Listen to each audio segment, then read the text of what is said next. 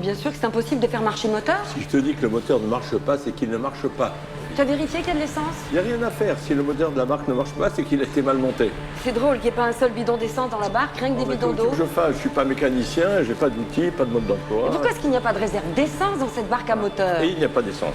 Mais il faut que tu arrives à faire marcher le moteur, c'est important pour notre survie. Il faut faire comme s'il n'y avait pas de moteur. Et si le courant ralentit, qu'est-ce qu'on va faire? Pourquoi veux-tu que le courant ralentisse? Tu as vu dans quel état sont les rames? De toute façon, on ne sait pas ramer. On n'a pas regretté les canaux de sauvetage du Tango, avec leur moteur en état de marche. De quoi tu parles? Tu sais ce qui est en train d'arriver au canot de sauvetage du Tango? Sois plus clair quand tu me parles. Quand je pense que tu t'intéresses qu'au moteur de la barque Tu vois pas que j'ai perdu mes lunettes? et que tu restes indifférente à ce qui arrive au canot de sauvetage. Tous les canaux de sauvetage sont en train de couler, Moby. Ils n'arrivent pas à prendre le large, le vent. Il les rabat contre le Tango, il se fracasse contre la coque, il se renverse. Pourtant, le Tango était un paquebot tout neuf. C'est un affreux spectacle. La croisière a mal fini et tout recommence comme après Tango. Mais rien ne recommence.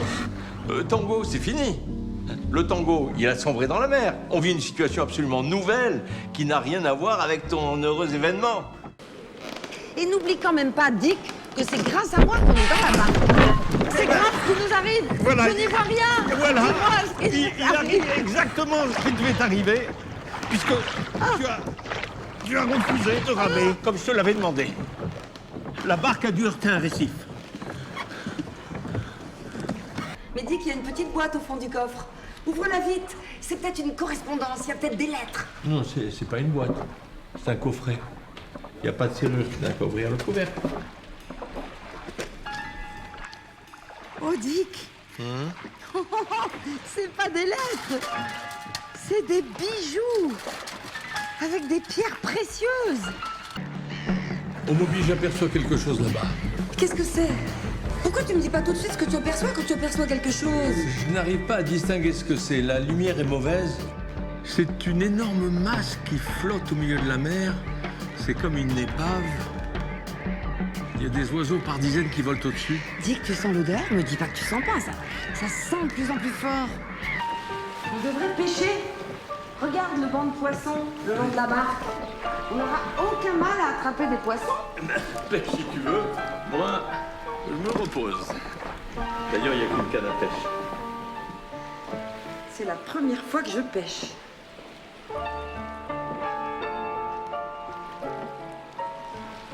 Je vais lancer la ligne juste au milieu du banc de poissons. C'est notre première fois. Comment je peux oublier? Ça fait si longtemps. C'est un peu comme si on se rencontrait de nouveau pour la première fois. Non. Maintenant, on est trop vieux pour se rencontrer pour la première fois.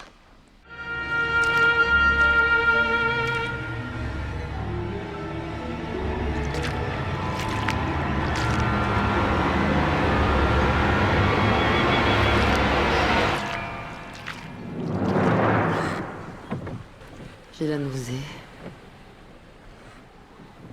Parce que la tête me tourne, je peux pas me lever. Où est Dick? J'aperçois un paquebot aussi grand que le Tango. Je pourrais croire que c'est le Tango si je l'avais pas vu sombrer entier dans la mer.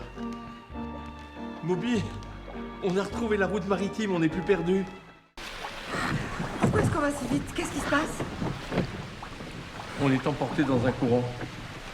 C'est la deuxième fois que ça nous arrive. On n'a plus aucune chance d'être secouru. On va couler avec la barque sans qu'on nous porte secours. Moby, j'aperçois quelque chose qui barre le courant.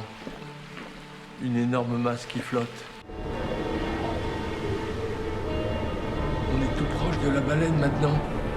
Tu la vois, Moby? Oui, Dick, je la vois. C'est bien la baleine blanche.